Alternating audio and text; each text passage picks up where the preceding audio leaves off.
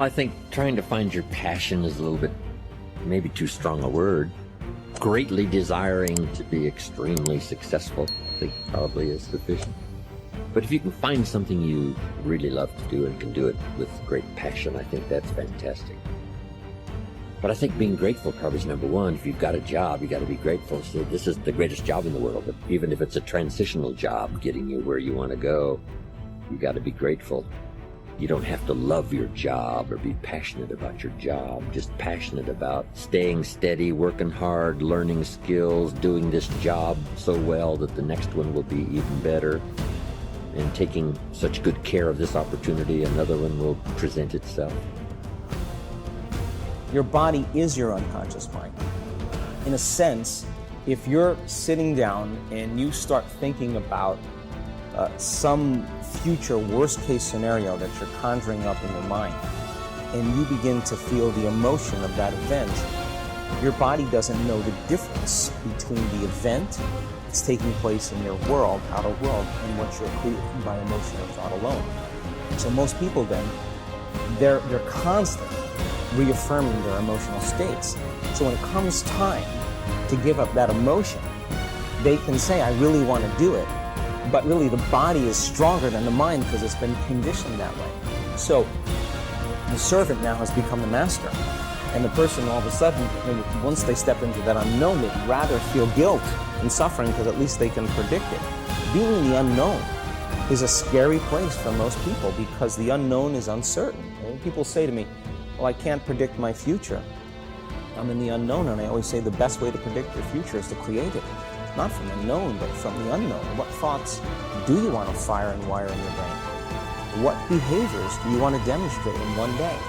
The act of rehearsing them mentally, closing your eyes, rehearsing the action. All of you have targets, things that you're after. If you're going to get a new result, if you're going to grow your business, if you're going to be able to support your mom, if you're going to get rid of the anxiety, if you're going to be able to overachieve and not have all that fear inside of you, you obviously need to get a new result. You're going to have to get new action. You don't get new results with old actions. They're the same thing. What human beings can do is amazing. What they will do is usually disappointing. It's not because we're not capable of it. It's because we don't have new actions because we get in certain emotional states that dominate us, like anxiety, like fear of failure, right? Like fear of the loss of your mother as an example. So if you're in a state of fear, you're going to behave very differently and get very different results than if you were in a place of being courageous or bold or warm or connected or playful, any of those. So the most important key to changing your life in any situation is to change results, you got to change behavior. But to change behavior, you got to change the emotional state you're in. Today is a new day. Today is a day for you to begin creating a joyous, fulfilling life. Today is the day to begin to release all your limitations. Today is the day for you to learn the secrets of life. You can change your life for the better. You already have the tools within you to do this. These tools are your thoughts and your beliefs. I will teach you how to use these tools to improve the quality of your life. For those of you who are not familiar with the benefits of positive affirmations, I would like to explain a little about them. An affirmation is really anything you say or think. A lot of what we normally say and think is quite negative and does not create good experiences for us. We have to retrain our thinking and speaking into positive patterns if we want to change our lives. An affirmation opens the way. It is a beginning point of change. In essence, you are saying to your subconscious mind, I am taking responsibility. I am aware that there is something I can do to change. When I talk about doing affirmations, I mean to consciously choose words that will either help to eliminate something from your life or help to create something new in your life.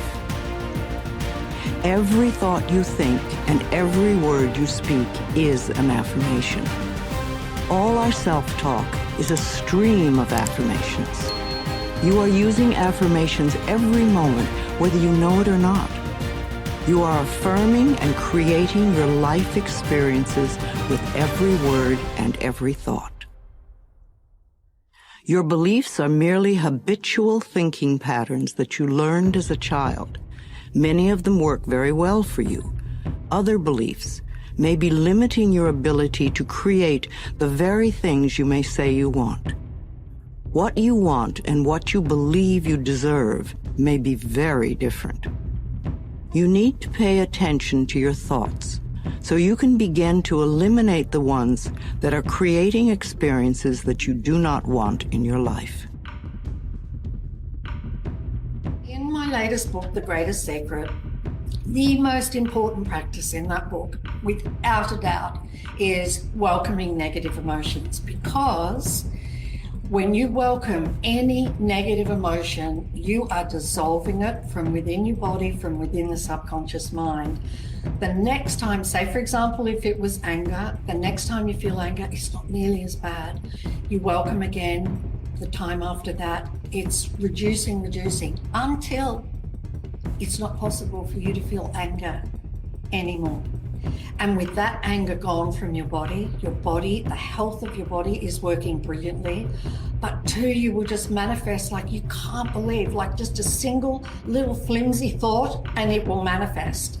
So getting rid of negative emotions. Also, negative emotions are covering over your basic nature, which is happiness. And all of this I explain in The Greatest Secret. I explain it all in here. And so yeah, it's your basic nature. So negative emotions are covering up your happiness. So to get rid of those emotions is really, really important. So now I wanted to explain that to everybody who doesn't know about the welcoming process. And now let me explain the welcoming process to you. What we tend to do with negative emotions is we tend to resist them because they don't feel good, right? And so we want to push them away. We don't want to feel them. We don't want to feel fear. We don't want to feel disappointment, impatience, and anger. And so we'll push them away. We think we're pushing them away, but in actual fact, we're pushing them down here into our body, into the subconscious mind. And they act like a pressure cooker. They're causing harm to the body, but they also act like a pressure cooker in that they need to release some energy so that because they're just about to burst. And so they'll find something in the world, an emotion will find something in the world to get angry about, to release the pressure in your body. And so welcoming is the opposite to resisting. You're pushing them away, now you're not going to do that. Now you're going to welcome the negative emotion. So when a negative emotion arises, basically what you're going to do is kind of do nothing. You know, really, welcoming is just stopping us from resisting. What I do is I imagine that emotion is a really, really good friend of mine. And I'm just allowing it to be here. I'm allowing it to be here in the body. And I just imagine that it's a friend and I put my arms around it. And as you welcome it or allow it to be here, something absolutely incredible happens. It just dissolves. It just dissolves. And in that moment, you have managed to get rid of a whole lot of that negative emotion in your body. And so that's why this is the most incredible process, because A, you will get happier and happier. B, every desire you've ever wanted will be fulfilled. And C, you will have the most incredible life, a life free of fear and knowing who you are and understanding the incredible power you have in the world. So just imagine that you have a friend and you're putting your arms around a friend. That is how I do it. But also too, something you can do is, I'll just make sure you can see my arms. What you can do is just open your arms up like this, because opening your arms like this sort of opens the whole chest area. And that automatically makes you stop resisting, right? And you open like this and you will feel that negative emotion dissolve.